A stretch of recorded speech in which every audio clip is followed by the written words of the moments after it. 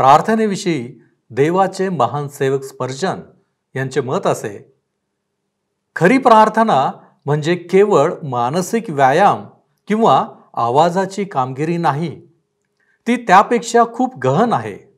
स्वर्ग आणि पृथ्वीच्या निर्मात्याशी तो आध्यात्मिक व्यवहार आहे. काय आपल्या प्रार्थनांमध्ये आपण असा अनुभव घेतला आहे?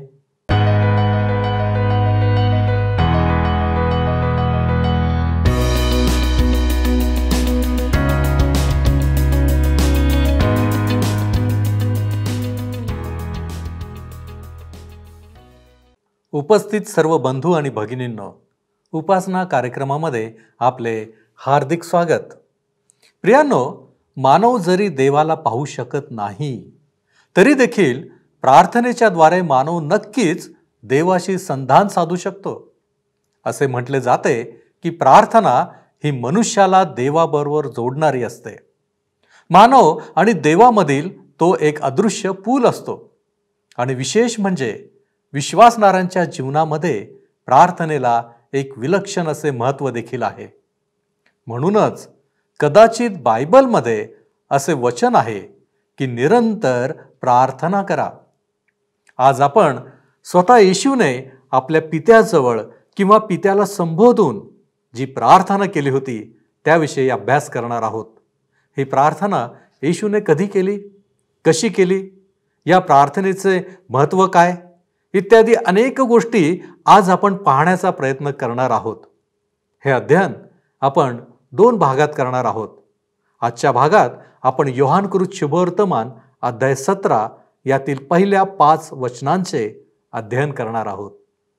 तर मग चला प्रियांनो, आपण आपल्या अध्ययनाची सुरुवात करूया.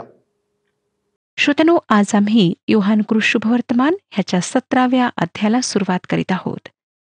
पवित्र शास्त्र बायबलमधील विलक्षण अशा अध्यायामधील एका अध्यायाकडे आता आपण पाहणार आहोत. जरी ही प्रार्थना वाचण्याकरिता आम्हाला फक्त 3 मिनिटं लागतात, तरी श्रोत्यांनो, ही प्रार्थना पवित्र शास्त्र बायबलमधील सगळ्यात मोठी प्रार्थना आहे.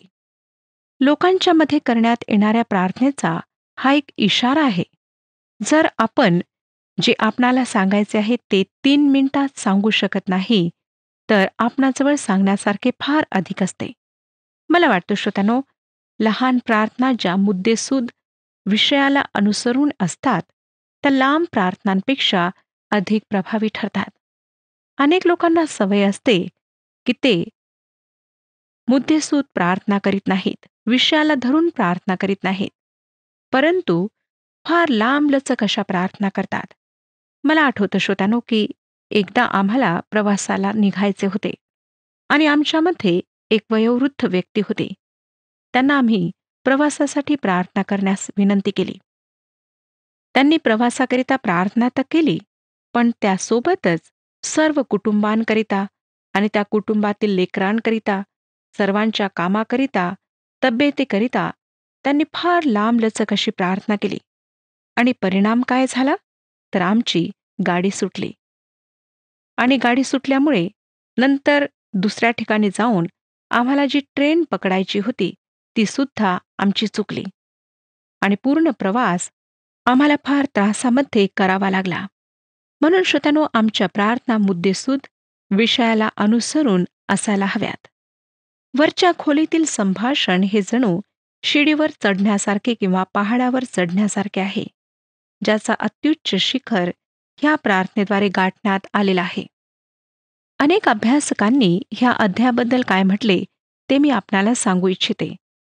मॅथ्यू हेनरी ह्यांनी म्हटले की ह्या पृथ्वीवर उच्चारण्यात आलेल्या पूर्ण व सांत्वना देणाऱ्या संभाषणानंतर देण्यात आलेली ही प्रार्थना अतिविलक्षण अशी प्रार्थना आहे. मार्टिन लुथर ह्यांनी म्हटले की ही हृदयातून निघालेली उत्साहाने भरलेली प्रार्थना मापता न येण्यासारखी आहे. तो त्याच्या हृदयाच्या खोलीला आमच्या संबंधी आणि पित्यासंबंधी उघडून बाहेर ओतीत आहे. हे फार प्रामाणिक आणि साधे वाटते श्रोत्यांनो, परंतु फार गहन, अत्युच्च आणि रुंद आहे. त्यापर्यंत कोणीच पोहोचू शकत नाही. हीच प्रार्थना आहे जी जॉन नॉक्स ह्यांनी आपल्या जीवनात पुन्हा आणि पुन्हा वाचले. जेव्हा ते मृत्यूशय्येवर होते, तेव्हा त्यांच्या पत्नीने त्यांना विचारले की मी आपणासाठी पवित्र शास्त्रातून काय वाचू? त्यांनी म्हटले, योहानाचा 17वा अध्याय तू वाच. अशाच प्रकारे अनेक लोक ज्यांनी हा अध्याय जीवनामध्ये पुन्हा आणि पुन्हा वाचला, त्यांच्याविषयी आम्हाला अशा प्रकारे वाचायला मिळते. डॉक्टर फिशर ह्यांनी छळाला बळी पडण्यापूर्वी ह्या वचनाचा शेवटला भाग वाचला होता. हा वचनांचा फार महत्वाचा महान भाग आहे. मी स्वतःला ह्या प्रार्थनेविषयी सांगण्याकरिता अयोग्य समजते. श्रोत्यानो, प्रभू येशूची आमच्यासाठी करण्यात आलेली मुख्य याजकीय मध्यस्थीची ही प्रार्थना आहे. हे पिता आणि प्रभू येशू ख्रिस्तामधील संभाषणाचे प्रगटीकरण आहे, जे निरंतर त्यांच्यामध्ये चालू होते. प्रभू येशूचे संपूर्ण जीवन प्रार्थनेने भरलेले जीवन होते. त्याने आपल्या सेवेची सुरुवात एकांत स्थळी प्रार्थनेसाठी जाऊन केली. अनेकदा तो डोंगरावर गेला. पूर्ण रात्र त्याने तेथे प्रार्थनेमध्ये घालवली. लक्षात घ्या श्रोत्यानो, की प्रभू येशू ख्रिस्त आमचा महान मध्यस्थ आहे. तो तुमच्या आणि माझ्यासाठी आज सुद्धा प्रार्थना करीत आहे. जर आज सकाळी आपण प्रार्थना करण्यास विसरला असाल, तरी तो आपणाकरिता प्रार्थना करण्यास विसरला नाही. त्याने आज सकाळी तुमच्यासाठी आणि माझ्यासाठी प्रार्थना केलेली आहे. ज्या प्रकारे तो प्रार्थना करतो, त्या प्रकारे परमेश्वराने त्याची प्रार्थना नेहमीच ऐकली आणि उत्तर दिले. परमेश्वर माझ्यासुद्धा प्रार्थनेचे उत्तर देतो, परंतु ज्या प्रकारे मी प्रार्थना करते, त्या प्रकारे तो नेहमीच उत्तर देतो असे नाही. कधीकधी तो माझ्या प्रार्थनेचे उत्तर नाही म्हणून सुद्धा देतो. तर कधी अगदी वेगळ्या पद्धतीने, वेगळ्या वेळी जे मी मागितले होते ते तो पूर्ण करतो. तरी सुद्धा प्रभू येशूने म्हटले, योहान कृष्णवर्तमान 11वा अध्याय 41 आणि 42 वचनांमध्ये, ह्यावरून त्यांनी धोंड काढली. तेव्हा येशूने दृष्टीवर करून म्हटले, हे बाबा, तू माझे ऐकले म्हणून मी तुझे आभार मानतो. मला माहीत आहे की तू सर्वदा माझे ऐकतोस. तरी जो लोकसमुदाय सभोवती उभा आहे त्याच्याकरिता मी बोललो, ह्यासाठी की तू मला पाठविले आहे असा त्यांनी विश्वास धरावा. आता श्रोत्यांनो, प्रभूची ही प्रार्थना आम्ही अभ्यासणार आहोत. येशू स्वतःसाठी प्रार्थना करतो. स्वतःसाठी प्रार्थना करणे स्वार्थाचे लक्षण नाही, हे आपण लक्षात घ्यावे अशी माझी इच्छा आहे. मी विश्वास करते की जेव्हा आम्ही परमेश्वराकडे प्रार्थनेमध्ये जातो, तेव्हा अवश्य आहे की आम्ही स्वतःचे अंतःकरण आणि जीवन परमेश्वराशी योग्य प्रकारे जोडावे. स्वर्गाशी आमचे तार, आमचे नाते जुळायला हवे. कोणतेही वाद्य वाजवण्यापूर्वी श्रोत्यानो, आम्ही त्याला स्वरामध्ये जुळवतो आणि हे फार आवश्यक असते. अन्यथा त्या वाद्यातून निघालेले स्वर बेसुरे राहतील. दुसऱ्यांकरिता प्रार्थना सुरू करण्यापूर्वी आम्ही स्वतःसाठी प्रार्थना करायला हवी. हा स्वार्थीपणा नाही, तर एक आवश्यकता आहे. योहान कृष्णवर्तमान 17वा अध्याय आणि 1 वचन पहा काय सांगतं. ह्या गोष्टी बोलल्यावर येशू वर आकाशाकडे दृष्टी लावून म्हणाला, हे माझ्या बापा, वेळ आली आहे. पुत्राने तुझे गौरव करावे म्हणून तू आपल्या पुत्राचे गौरव कर. ह्या गोष्टी बोलल्यावर, आता कोणत्या गोष्टी बोलल्यावर हा प्रश्न आहे. 13वा अध्याय, 14वा अध्याय, 15वा अध्याय आणि 16वा अध्याय ह्या अध्यायातील गोष्टी बोलल्यावर आता तो शिष्यांशी बोलणे थांबवित आहे आणि तो पिता परमेश्वराशी बोलत आहे. जरी ह्या अध्यायात तो पिता परमेश्वराशी बोलत आहे, तरी तो त्यांच्या भल्यासाठी व आमच्या भल्यासाठी सुद्धा परमेश्वराशी बोलत होता. आज तो आमचा महान मध्यस्थ आहे. आम्हाला तो कशासाठी प्रार्थना करतो ह्याचे कदाचित नवल वाटेल. ही प्रभूची प्रार्थना जी तो पित्याजवळ करीत आहे, ती प्रार्थना आहे. श्रोत्यानो, पहाडी उपदेशामध्ये सुद्धा आम्ही एका प्रार्थनेविषयी अभ्यास केला. ती प्रभूची प्रार्थना नाही, ती त्याने शिष्यांना शिकवलेली प्रार्थना आहे.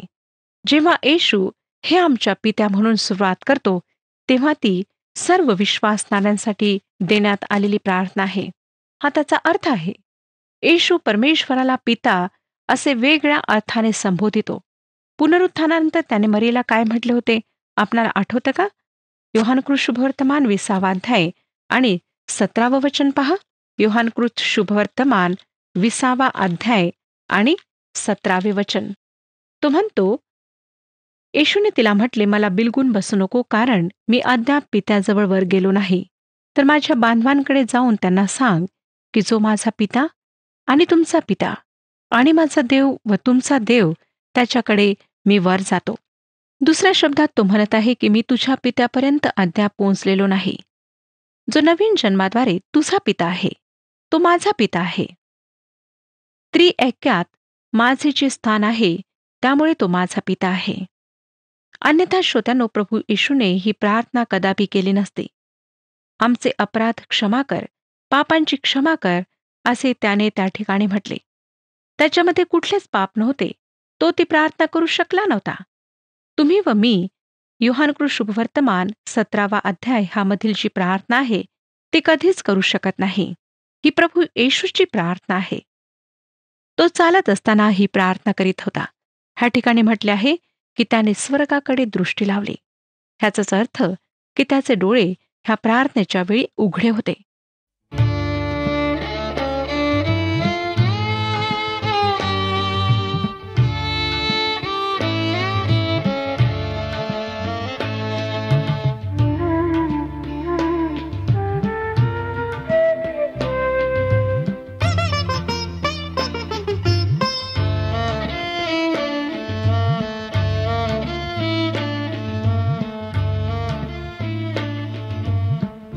कोणी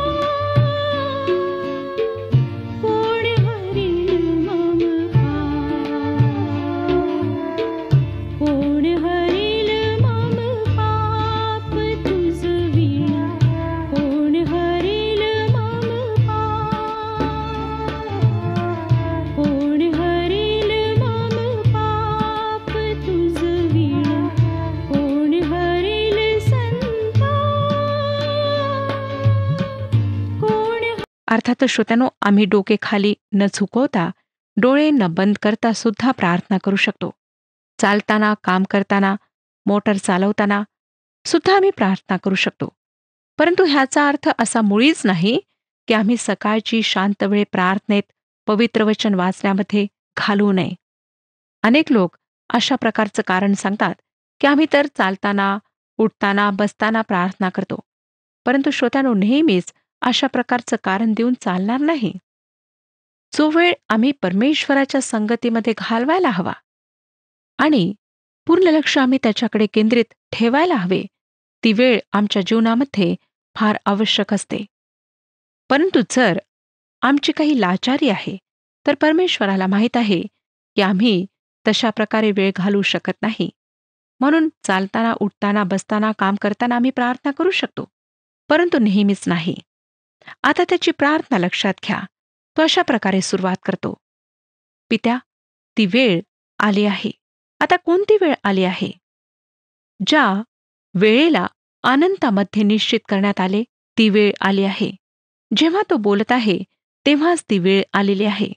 कारण तो जगाच्या स्थापनेपूर्वी अर्पण करण्यात आलेला देवाचा कोकरा होता. त्याची व्यवस्था देवाने आधीच केलेली होती. परंतु ती वेळ आता आलेली आहे. स्मरण करा श्रोत्यानो, की जेव्हा काना येथील विवाहात त्याने आपल्या सेवेची सुरुवात केली, तेव्हा त्याच्या आईने त्याला येऊन म्हटले होते की त्यांच्याजवळील द्राक्षरस संपला आहे. त्याने तिला काय उत्तर दिले? माझे तुझ्याशी काय काम? माझी वेळ अजून आली नाही. परंतु आता वेळ आली आहे, जेव्हा तो तुमच्या व माझ्या पापांची खंडणी चुकवणार होता. ही ती वेळ आहे श्रोत्यानो, जेव्हा देवाची संपूर्ण सृष्टी परमेश्वराच्या त्या महान प्रेमाचे प्रदर्शन पाहणार होती. तुमचे आणि माझे पाप स्वतःवर घेऊन आमच्या जागी तो भयंकर मृत्यू, आम्हाला पापांपासून सोडवणाऱ्या मृत्यू, आमच्या जागी स्वतःचे प्राण देऊन त्याने पूर्ण केला. त्याने तो सहन केला आणि त्याने अशा प्रकारे ते प्रेम जाहीर केले आहे. आणि ही संपूर्ण सृष्टी ते प्रेम पाहणार होते. आणि तो येथेच संपणार नव्हता, परंतु पुनरुत्थानापर्यंत जाणार होता. वेळ आली आहे. तू पुत्राचे गौरव कर आणि पुत्र सुद्धा तुझे गौरव करेल. श्रोत्यानो, ख्रिस्ताचा मृत्यू परमेश्वर क्रूर आणि अन्यायी आहे म्हणून झालेला नाही, परंतु तो प्रेमळ पिता आहे, ज्याने जगावर प्रीती केली आणि स्वतःच्या एकुलत्या एक पुत्राला मानवजातीसाठी दिले, हे प्रगट करण्याकरिता की तो मानवावर खरोखर प्रेम करतो. नंतर पुत्राला मृत्यूतून उठवून पुन्हा स्वर्गात वापस तो घेणार होता आणि त्याला असे नाव देण्यात येणार होते, ते सर्व नावाहून श्रेष्ठ असून प्रत्येक गुडघा त्याच्या समोर झुकणार होता. तो म्हणतो की पुत्राचे गौरव कर व पुत्र तुझे गौरव करेल. खरोखर श्रोत्यानो, किती खोल असा अर्थ ह्या वाक्यात भरलेला आहे. दुसरं वचन सांगतं, जे तू त्याला दिले आहेत त्या सर्वांना त्याने सार्वकालिक जीवन द्यावे म्हणून तू मनुष्य मात्रावर त्याला अधिकार दिला आहे. हे एक आश्चर्यजनक विधान आहे. त्याचा सर्वांवर अधिकार आहे. त्याने ह्या विश्वाची निर्मिती केली व प्रत्येक जण त्याच्या समोर नतमस्तक होतो. तो सर्वांना त्याच्या अधीन करू शकतो.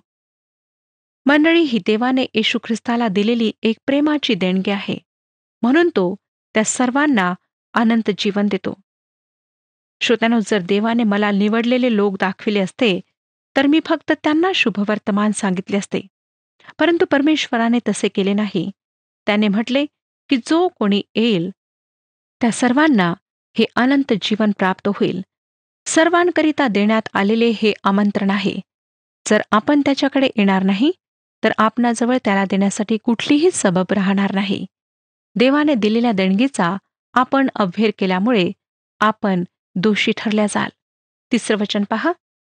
सार्वकालिक जीवन हेच आहे की तू जो एकच खरा देव, त्या तुला व ज्याला तू पाठविले त्या येशू ख्रिस्ताला त्यांनी ओळखावे. काय निवडणुकीमुळे काही लोक बाहेर राहतील? नाही श्रोत्यानो.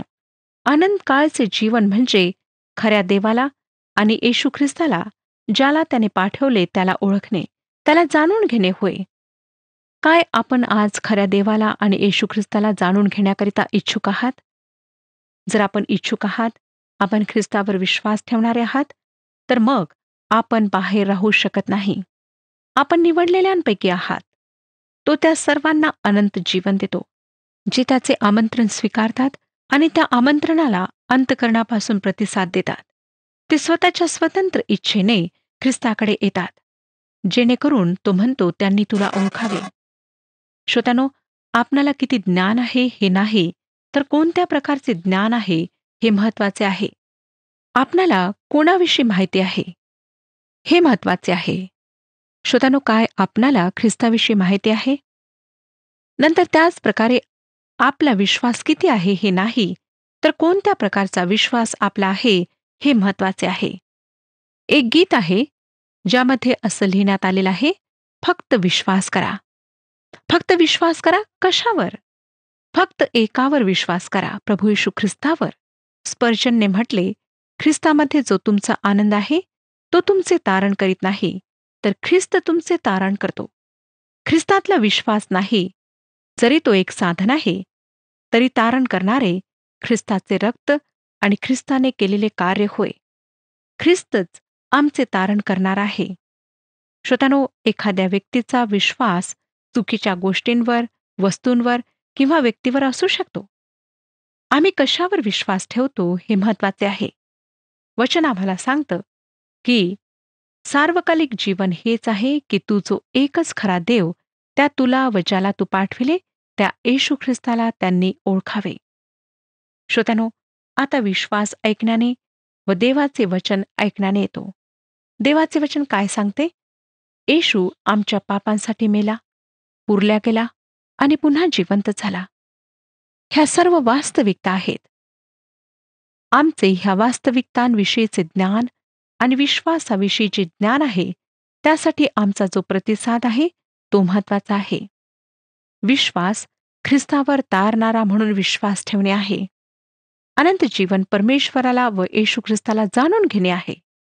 येशू हे तारणारा म्हणून त्याचे नाव आहे आणि ख्रिस्त मसीहा ही त्याची उपाधी आहे. इस्रायलचा तो राजा आहे. त्याला जाणून घेणे म्हणजे त्याच्या कृपेत आणि ख्रिस्ताच्या ज्ञानात वाढणे होय.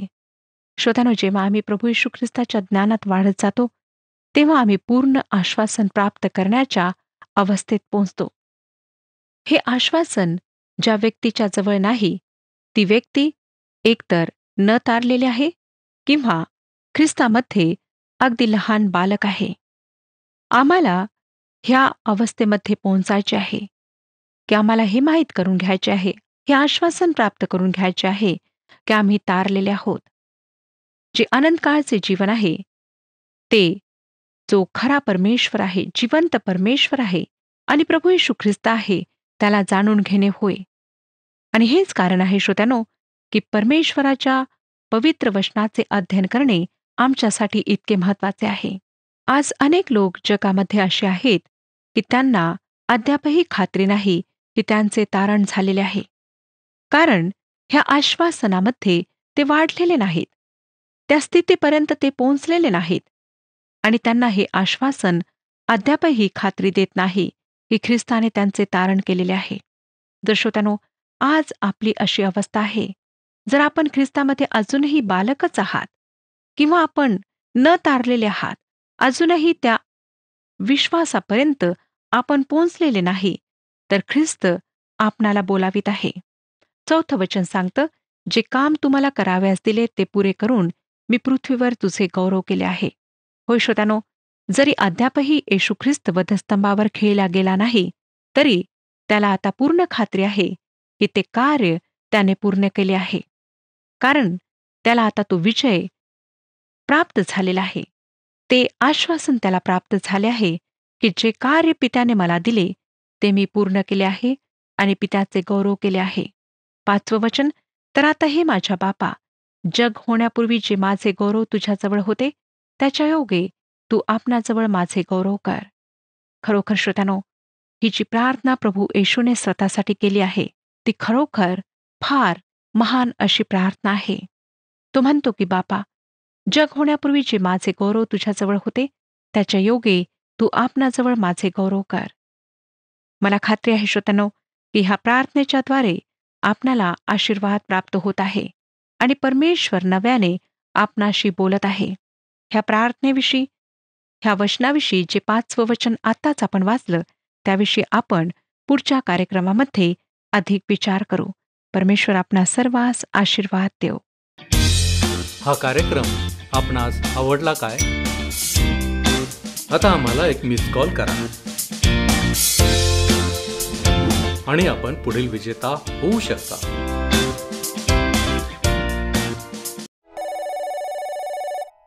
प्रियांनो, वधस्तंभावर जाण्यापूर्वी येशूने केलेली ही प्रार्थना होती. आजच्या वचनांनुसार येशूने ही प्रार्थना स्वतःसाठी केली होती. तरीही तो पित्याच्या बरोबरीने आणि समानतेने गौरव आणि अधिकाराने बोलला. एक महत्त्वपूर्ण गोष्ट त्याने सांगितली, ती म्हणजे सार्वकालिक जीवनासाठी मनुष्याने ख्रिस्ताला ओळखणे आवश्यक आहे. कारण ख्रिस्तच हा मार्ग आहे जो आम्हाला पित्यापर्यंत पोहोचवितो. काय आमचा विश्वास आम्हाला सार्वकालिक जीवनापर्यंत घेऊन जाणार आहे? जर नसेल तर आज आम्हाला स्वतःला बदलण्याची गरज आहे. काय आपली तयारी आहे? आपण आत्मपरीक्षण करू आणि प्रार्थनेचा हा पूल अधिक दृढ करण्याचा प्रयत्न करू. आपण प्रार्थना करू. आमच्यावरती दया आणि कृपा करणाऱ्या आमच्या महान प्रेमळ परमेश्वरा, आम्ही तुझ्या चरणापाशी आलेलो आहोत. तुझ्या चरणापाशी येणं आमच्यासाठी आशीर्वाद आहेत. आज ज्या वचनांच्या द्वारे तू आमच्याशी बोललेला आहेस, तू आम्हाला शिकवलेला आहेस, आमचं जीवन त्याच्याद्वारे बदलून जावं यासाठी प्रभूजी आम्ही ते स्वीकारलेलं आहे. प्रभूजी, आमची प्रार्थना आहे, आमची विनंती आहे प्रभूजी, तो आम्हा प्रत्येकाला स्पर्श करून आशीर्वादित कर. होय प्रभूजी, तुझ्याबरोबर बोलणं म्हणजे प्रार्थना आहे. आमचं जीवन प्रार्थनेशील असावं म्हणून आमची विनंती आहे. आम्हा प्रत्येकाला तू सहाय्य कर. होय प्रभूजी, आम्हाला ठाऊक आहे अनेक वेळा आम्हाला तुझ्याशी बोलता येत नाही. कसं बोलावं, कशी प्रार्थना करावी असा प्रश्न आमच्या समोर असतो. परंतु आमची विनंती आहे परमेश्वरा, आमचं हे उणंपण तू काढून टाक. या अशक्तपणामधून तू आम्हाला बाहेर काढ. आणि प्रभूजी, आम्ही प्रत्येकाने या प्रार्थनेच्या द्वारे तुझ्याशी बोलावं यासाठी तू आमच्यावरती कृपा कर. प्रभू येशू ख्रिस्ताने देखील तुझ्याबरोबर संधान साधलेलं होतं. होय प्रभूजी, आम्हाला देखील या गोष्टी करण्यासाठी तू सहाय्य कर. आम्हाला ठाऊक आहे सर्व गोष्टींचा पुरवठा करणारा तू आमचा जिवंत परमेश्वर आहेस आणि म्हणून याही गोष्टी तू आम्हाला देणार याबद्दल आम्हाला खात्री आहे. आणि म्हणूनच या विनंत्या, या मागण्या, धन्य तारक प्रभू येशू ख्रिस्त जो म्हणतो, जे काही तुम्ही माझ्या नावात मागाल ते मी तुमच्यासाठी करीन, त्या आमच्या प्रेमळ येशूच्या नावामध्ये ही प्रार्थना केली आहे म्हणून तो ऐक. आमेन. विश्वास ठेवा आणि देवाचे गौरव पहा. प्रभू आपणाबरोबर सदैव असो.